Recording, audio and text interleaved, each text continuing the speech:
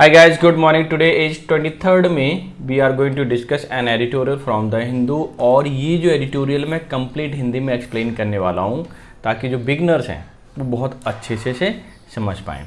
Editorial है solidarity for piece. इसका meaning क्या हुआ? यानी कि जहाँ पर संघीय यानी कि एकता का अनुभव होता है, एकता का भाव होता है, उसे हम सॉलिडेरिटी बोलते हैं। फॉर पीस किस लिए है ये? पीस के लिए। एक्चुअली अभी क्या हुआ ये देखिए कि 49th मैं लिख देता हूँ 49th G7 समिट हुई थी। क्या हुई थी? 49 G7 समिट हुई थी और वो कहाँ हेल्ड हुई थी? जापान में। जापान के हिरोशिमा सिटी में क्या हुई थी? वो G7 समिट हुई थी। अब वहाँ से जो वहाँ के प्राइम मिनिस्टर हैं फ्यूमो खिचदा, उन्होंने मैसेज दिया है सबके लिए कि जितने भी कंट्री हैं, चाहे G7 के देश हों या फिर EU के यानी यूरोपियन यूनियन के देश हों, सब साथ साथ आइए। और जो हमारे ऊपर बॉम्ब फेंका गया था हिरोशिमा पर, जिसमें अभी ये समिट हुई है, उसको हम याद करते हैं और सोचते हैं कि जितने भी हमारे न्यूक्लियर बॉम्ब हैं उनको क्या कर दें? आर्मामेंट कर दें। कहने का मतलब उन्हें निरस्त कर दें, ख़त्म कर दें, ऐसा ना हो। इसी पर क्या थे? जेलेंस्की आ गए। जेलेंस्की ने रुख मोड़ दिया किसकी तरफ? रूस की तरफ। कि रूस क्या करे जा रहा है? हमला करे जा रहा है। तो उसको क्या करना चाहिए? रोकना चाहिए। और सबसे बढ़िया चीज़ क्या है? डिस्कशन। अगर आप बातचीत कर लें, डायलॉग कर लें, तो क्या होगा? ये मैटर सॉल्व हो जाएगा। क्लियर है?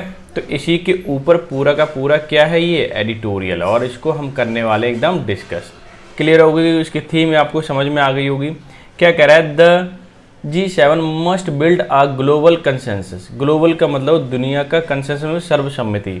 ऑन द बर्ड्स चैलेंज, जो दुनिया के चैलेंज है उस पर जितने भी G7 के देश हैं उस पर क्या होना चाहिए? सहमति होना चाहिए, ताकि हम चैलेंज का मुकाबला कर सकें। तो ये है आज के एडिटोरियल और मैं इसको करने वाला हूँ डिस्कस। तो सबसे पहले हम करेंगे इस एडिटोरियल की बुक है, फिर करेंगे क्वेश्चंस ऑफ द डे, जो कि आपके एग्जाम के पॉइंट ऑफ व्यू से बहुत इंपॉर्टेंट है और आपके एग्जाम में ही आए हुए हैं। ठीक है, तो लेट्स स्टार्ट। देखते हैं भाई आज के हमारा बुकैब क्या है। ठीक है, पहली बुकैब है आपके सॉलिडेरिटी यानी संघीय भाव, समन्वय, यूनियन ऑफ इंटरेस्ट और पर्पज, यानी कि सबका क्या हो? संघीय भाव हो, सब मिलजुल कर हों, एक जैसी हों। मैं आपको बता दूं, अगर PDF अगर आपको चाहिए तो वो मिलेगी टेलीग्राम चैनल पर, जिसका लिंक मैंने नीचे दे दिया है। अगर आप क्विज का फ़ायदा उठाना चाहते हो तो क्विज का जाना पड़ेगा इंस्टाग्राम पर। ठीक है, जिसका भी लिंक नीचे दे रखा है। PDF जरूर ले लेना ताकि आप खुद से तैयारी कर पाएँ। सॉलिडेरिटी का मतलब समझ में आ गया। कंसेंसस का मतलब सर्वसम्मति से, अनुकूलता, एग्रीमेंट इन जजमेंट और ओपिनियन। ओपिनियन में क्या हो? एग्रीमेंट हो, एक जैसा महसूस हो। डिसआर्मामेंट का मतलब हुआ कि निरस्त्रीकरण, एक्ट ऑफ रिड्यूसिंग आर्म, जो हमारे हथियार हैं उनको ख़त्म करना, डिसआर्मिंग बोल सकते हो आप। इन्वेजन का मतलब हमला, आक्रमण। एनक्रोचमेंट जिसको हम बोलते हैं, इंट्रूजन भी आप बोल सकते हो, सिनोनिम के फॉर्म में, दोनों ही क्या है इसके? सिनोनिम है। क्लियर है? रिकॉग्नाइज का मतलब होता है पहचान, स्वीकार करना, एक्नॉलेजमेंट होना या एक्सेप्ट करना। ठीक है। अनरिप्रेजेंटेटिव का मतलब अप्रतिनिधि, नॉट एग्जाम्प्लीफाइंग आ क्लास, मतलब किसी से रिलेटेड ना होना। ठीक है। प्रतिनिधि का मतलब होता है, मान लीजिए प्राइम मिनिस्टर है तो प्राइम मिनिस्टर अपनी जगह किसी उसको भेज दें, एम्बेसडर को। ठीक है, तो उनके एक तरीके के प्रतिनिधि हो गया वो, ऐसा मान सकते हैं आप। एक एग्जाम्पल दे रहा हूँ। ठीक है, वैसे होता नहीं है, प्राइम मिनिस्टर का कोई प्रतिनिधि तो खुद ही होते हैं। एनेक्सेशन का मतलब कब्जे में लेना, एप्रोप्रिएशन। ठीक है, मतलब खुद से किसी चीज़ को कब्जा कर लेना। रोल का मतलब भूमिका, योगदान, पर्पज, फंक्शन, ये तो मालूम ही है, आसान है। सस्टेनेबिलिटी का मतलब संवहनीयता या निरंतरता, यानी कि continuity. Property of being sustainable, जहाँ पर क्या हो? लगातार कंटिन्यूटी हो। कंपेंसेशन का मतलब मुआवजा, पूर्ति, रिकम्पेंस। ठीक है। डी फ्री बहुत अच्छा वर्ड है, आपको कन्फ्यूजन होगा याद करने में। अदा करना होता है, चुकाना होता है, बियर द एक्सपेंसेज ऑफ। ठीक है, समझ गया? यानी किसी भी कीमत चुकाना। क्लियर है? तो क्या करना? कीमत चुकाना। तो ये थी आज की बुकैब, और जो कि बहुत इंपॉर्टेंट है। ठीक है, तो ज़रूर रिवाइज कर देना और PDF जरूर ले सकते हो। दूसरा, अब मैं चलता हूँ क्वेश्चन ऑफ द डे पर, जो कि बहुत इंपॉर्टेंट है। अगर मैं देखूँ फर्स्ट वर्ड क्या कहता है, choose the word that is opposite. क्या है? ओपोजिट है, antonym in the meaning that given word. पहला वर्ड है फ्रस्ट्रेट। अब बात आती है फ्रस्ट्रेट, पहले तो ये देख लीजिए CHSL 2022 में आया, पिछली बार ही आया हुआ है। और जो CHL की अब तैयारी कर रहे हैं वो तो डेली देखें, CGL की तैयारी कर रहे हैं डेली देखें, ठीक है। बैंकिंग तैयारी कर रहे हैं डेली एडिटोरियल देखें अगर आप अच्छी करना चाहते हैं इंग्लिश को। तो फ्रस्ट्रेट, ठीक है। अब फ्रस्ट्रेट के 4 ऑप्शन दे रखे हैं। अब आता है इसमें हम कौन सा ऑप्शन होगा। देखिए मैं बता देता हूँ, फ्रस्ट्रेट का मीनिंग होता है किसी को परेशान करना एक तरीके से, ठीक है, दुखी करना। और फोस्टर का मतलब होता है किसी का पालन पोषण करना, पालन पोषण तरीके से। फैटर का मतलब होता है बांधना, तो मैं बांधना ले देता हूँ। तो बांधने से शेन से रोकने से, ठीक है। सर्कमवेंट का मतलब घुमाना, यानी कि इधर उधर की बातें करना। मैं लिख देता हूँ, इधर उधर की बातें करना।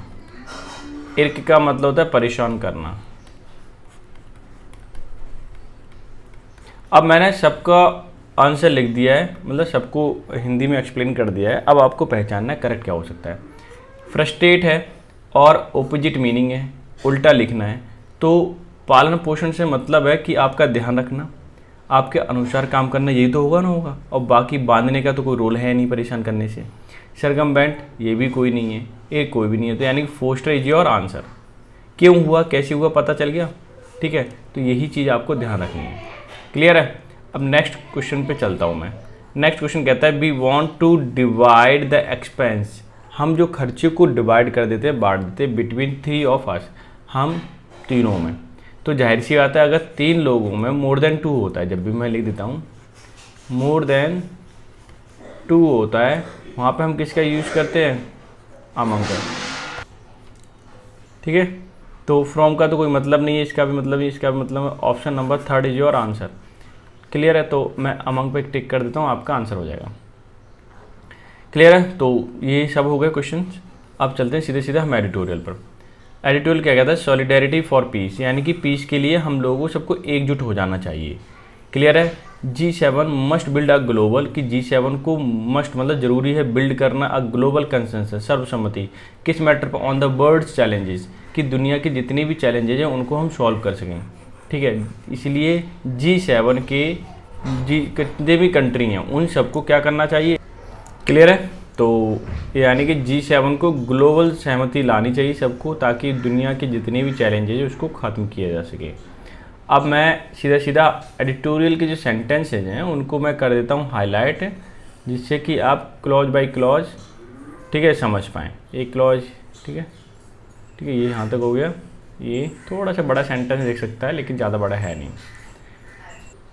अभी देखिए क्या कहता है सेंटेंस, कि by holding the meeting of G7, यानी कि होल्डिंग करते हुए, वहाँ पे अरेंज करते हुए होल्डिंग, ठीक है। और so called group and the so called कथित रूप से group, the world's most industrialised nation, कि ये G7 के जितने भी नेशन हैं वो बड़े, दुनिया के सबसे बड़े क्या हैं, इंडस्ट्रियलाइज्ड नेशन हैं। In Hiroshima Japanese prime minister Fumio Kishida, जो जापान के प्राइम मिनिस्टर हैं, who belongs to the city, जो किस सिटी से बिलोंग करते हैं, हिरोशिमा से, वांटेड चाहते थे, to send out a message देना, of global solidarity for peace, यानी कि दुनिया को एकता का या संघीयता का मैसेज देना चाहते थे पीस के लिए, ताकि दुनिया में शांति बनी रहे। जैसे हिरोशिमा पर हुआ था पहले, वैसा दोबारा ना हो। क्लियर हो गया। मैंने एकदम बहुत धीरे से एक्सप्लेन किया है, एकदम ताकि समझ में आना चाहिए। Sentence over. अब नया सेंटेंस देख लेते हैं क्या कहता है। ये देखिए, इन एडिशन टू का मतलब होता है अतिरिक्त, इसके अतिरिक्त जो पीस के लिए मैसेज भेजा है, इसके अतिरिक्त the symbolism of bringing leader of all G7 members, कि G7 के जितने भी मेंबर हैं, और सिंबलिज्म का मतलब प्रतीकात्मक कैसे हैं, जिसे मैसेज भेजा जाता है एक तरीके से, जिसको लोग आइडल मानते हैं, सिंबलिज्म कहलाता है वो। तो उन सबको साथ साथ लेके आना है G7 को, विद G7 के जितने भी मेंबर उनको साथ साथ लाना है विद EU, यानी कि European union leadership, European union के लीडरशिप यानी उनके जो नेता हैं उनको भी साथ लेके आना है। फॉर टू द पीस, किसके लिए? पीस के लिए। Memorial for the victim of 1945 atomic bombing, कि एटॉमिक बॉम्बिंग से 1945 में जितने भी लोग मारे गए थे, ठीक है, तो उनको सारे लीडर चाहे EU के हों या फिर आपके G7 को, सबको साथ साथ लाना है ताकि उनको दिखाए, याद दिलाया जा सके कि ये विक्टिम है, ये लोग यानी कि पीड़ित लोग हैं। The grouping issued a special Hiroshima vision statement, ये ग्रुप है, ठीक है, वो भेज रहा है एक स्पेशल मैसेज इशू किया है उसने। कैसे? Hiroshima vision statement on nuclear डिसआर्मामेंट। इसका मतलब हुआ कि जितने भी न्यूक्लियर के वेपन हैं उनको, जो हिरोशिमा पर पहले बॉम्ब फेंका गया था, ठीक है, एटॉमिक बॉम्ब जो कि एक न्यूक्लियर बॉम्ब है, तो उनको हटाना है, डिसआर्मामेंट करना है। कहने का मतलब उनको निरस्त करना है कि दुनिया में जितने भी हमारे एटॉमिक बॉम्ब हैं उन सबको क्या करना है? निरस्त करना है, अगर पीस मेंटेन करना चाहते हो। ये अपने दुनिया का सबसे बड़ा चैलेंज है, क्योंकि ऐसे चैलेंज को आसानी से ख़त्म नहीं कर सकते हम, ठीक है। देश सोचता है कि हम अपनी सुरक्षा के लिए, सुरक्षा के लिए नहीं है, दुनिया ही ख़त्म हो जाएगी इससे। तो आगे देखें, द समिट्स इम्पोर्टेंस, समिट का जो उद्देश्य है या महत्वपूर्णता है क्या? Was underline by the fact, जो सच्चाई है वो अंडरलाइन की जा सकती है, हाईलाइट की जा सकती है एक तरीके से, that the US president, America के president Joseph Biden, only the second sitting American president to visit the city, America ने फेंका था उस पर बॉम्ब, ठीक है, वो अमेरिका के जो बाइडेन दूसरे प्रेसिडेंट हैं जो उस सिटी में, हिरोशिमा में जाकर के मिल के आए हैं। शायद पहले वो थे बराक ओबामा, वो मिल के आए थे। Made a particular point of attending the summit, उन्होंने क्या किया? समिट को अटेंड किया। ये एक बड़ी बात है, ना तो अमेरिका के राष्ट्रपति जाते नहीं कि उन लोगों ने क्या फेंका था? बॉम्ब फेंका था, ठीक है। तो ये सेकंड वहाँ के प्रेसिडेंट अमेरिका के जो बाइडेन, जो वहाँ पे जाके मिल के आए, ये बहुत ही अच्छी बात है। और इस तरीके से हम एक मैसेज भेज सकते हैं दुनिया के लिए कि जितने भी हमारे वेपन्स हैं उनको हम ख़त्म करें। आगे देखिए, Ukrainian president Volodymyr Zelensky surprise, कि उनका सरप्राइज अराइवल हुआ। Also enhance the message, enhance का मतलब बढ़ोतरी हो गई मैसेज में, bye turning the spotlight on the horror, horror का मतलब जो अभी संकट एक तरीके का है, ऑफ रशियाज इन्वेजन, कि रशिया ने यूक्रेन पर आक्रमण कर दिया। इन्वेजन का मतलब आक्रमण कर रहा है, ठीक है, एक हॉरर स्थिति हो गई है। तो जैसे ही जेलेंस्की आए वहाँ पर सरप्राइज हो गए लोग, और सारा का सारा जो अटेंशन था वो कहाँ चला गया? रशिया और यूक्रेन की तरफ। Prime minister Narendra Modi is statement, कि प्राइम मिनिस्टर नरेंद्र मोदी का जो स्टेटमेंट है वो क्या कहते हैं? That the crisis was one of humanity was significant, सबसे बड़ा क्राइसिस तो मानवता का है, ह्यूमैनिटी का है। यहाँ पर अभी कहने का मतलब है अगर मानवता खत्म हुई तो दुनिया खत्म हो जाएगी, ठीक है। मोदी जी ने बहुत बड़ी बात कही है, इसलिए मोदी जी को सब लाइक करते हैं, ओबियसली अच्छी बात तो करते हैं। आगे देखिए, the G7 members issued a separate statement, कि G7 के जो भी मेंबर हैं उन्होंने सेपरेट मैसेज इशू किया है ऑन द यूक्रेन के ऊपर, hitting Russia with more sanctions, कि रशिया को और ज़्यादा सैंक्शंस, पाबंदी लगाएं, लेकिन fail to highlight the path towards the dialogue and ending the war, लेकिन सैंक्शन लगाने से काम नहीं, लेकिन सबके सब फेल हो गए किसमें? हाईलाइट करने में, उजागर करने में, पाथ टूवर्ड्स डायलॉग, की बातचीत से समस्या सॉल्व की जा सकती है, एंड एंडिंग द वॉर, और वॉर को बातचीत से ख़त्म किया जा सकता है, सैंक्शन लगाने से नहीं। सैंक्शन लगाओ तो रशिया तो वैसे भी इतना बड़ा देश है तो वो कुछ भी कर सकता है नहीं है? तो कहने का मतलब है, और तो जाहिर सी बात है सैंक्शन लगाने से अच्छा है कि डिस्कशन किया जाए, बातचीत की जाए, डायलॉग किया जाए, जिससे कि मैटर को क्या किया जाए? सॉल्व किया जाए, शॉर्ट आउट किया जाए। Despite the invitation of the country such as India, despite का मतलब के बावजूद, इन्विटेशन का मतलब बुलाने के, of the country such as India, Brazil, Indonesia and Vietnam, with a less black and white, black and white का मतलब लिखित रूप में होता है वैसे तो, व्यू ऑफ द वर्ल्ड, ठीक है, जहाँ पर लिखित रूप में जो व्यू है दुनिया का, ठीक है, वो कम है। And mister Kishida making pertinent reference, एक पर्टिनेंट का मतलब है किसी से संबंधित होना, रेफरेंस दे रहे हैं to the view of the global south के लिए। The summit statements reflect a much more polarise view the world that G7 members alone, कि पूरे के पूरे जितने मेंबर हैं G7 के पोलराइज भी कर सकते हैं। तो इन सबको क्या करना है कि इकट्ठा करना है, ताकि क्या कर सकें, एक चैलेंज है जो दुनिया के लिए, ठीक है, बॉम्बिंग का, आक्रमण का या न्यूक्लियर बॉम्ब का, वो ख़त्म किया जा सके। If G7 grouping wishes to broaden the prism its prism, कि जो मेन उद्देश्य है, मेन मोटो है G7 का, वो उसको फैलाएं सब चारों तरफ, ठीक है, उसकी शाइनिंग जो है चारों तरफ फैलाएं। It must recognise that it is grossly unrepresentative of the world today, भले ही ये दुनिया के रिप्रेजेंटेटिव नहीं है आज, लेकिन इन्हें अपना जो उद्देश्य है वो चारों तरफ फैलाना चाहिए।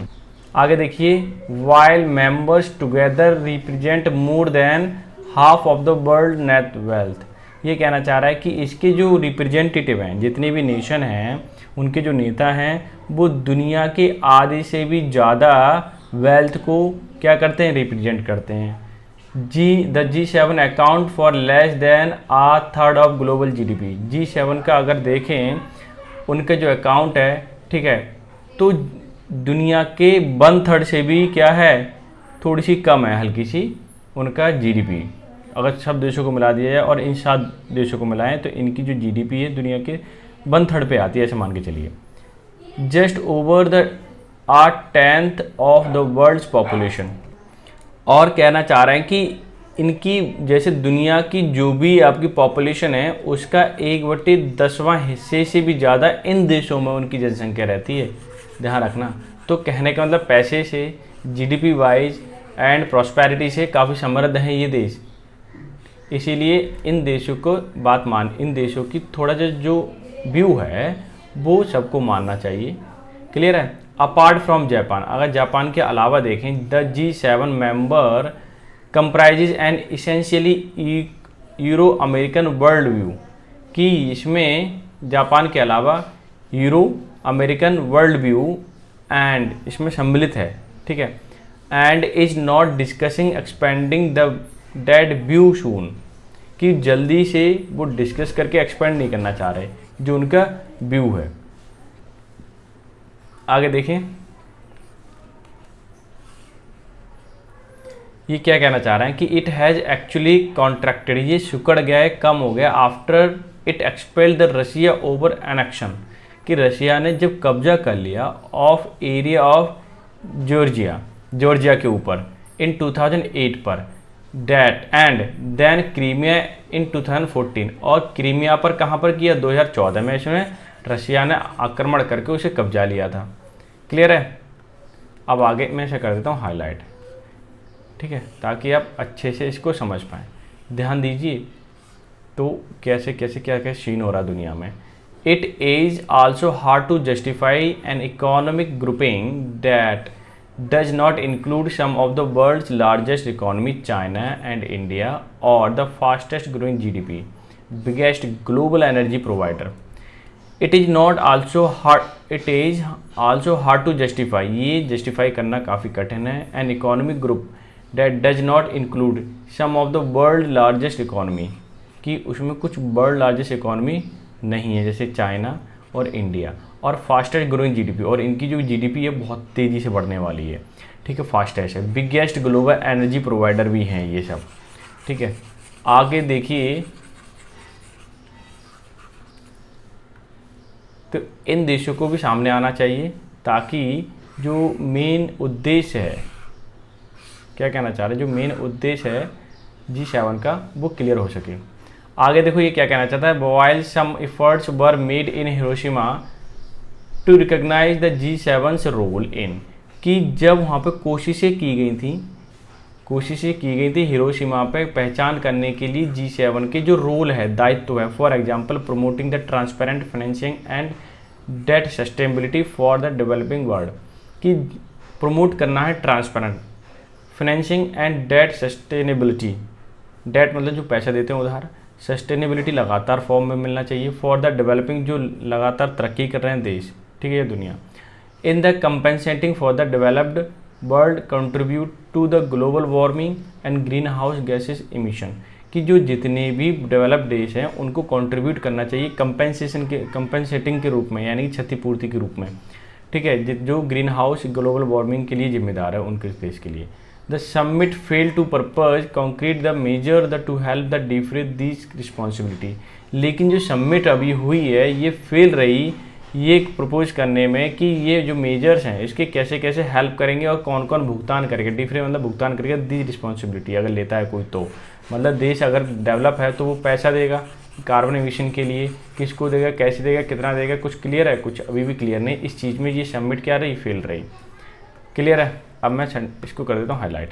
अब देखिए आगे क्या कहना चाहता है। As the spotlight shift to the G20 summit later this year in Delhi, कि 2023 में G20 की समिट कहाँ होगी, दिल्ली में होगी, ठीक है। इट इज होप्ड, ऐसी आशा की जाती है, the grouping will work toward a more inclusive outlook, कि समावेशी, यानी जहाँ पे सारी चीज़ जोड़ी जाएँ इस समिट में, G20 की समिट में जो दिल्ली में होगी इसी साल, उसमें सारी चीज़ इंक्लूड की जाएँ।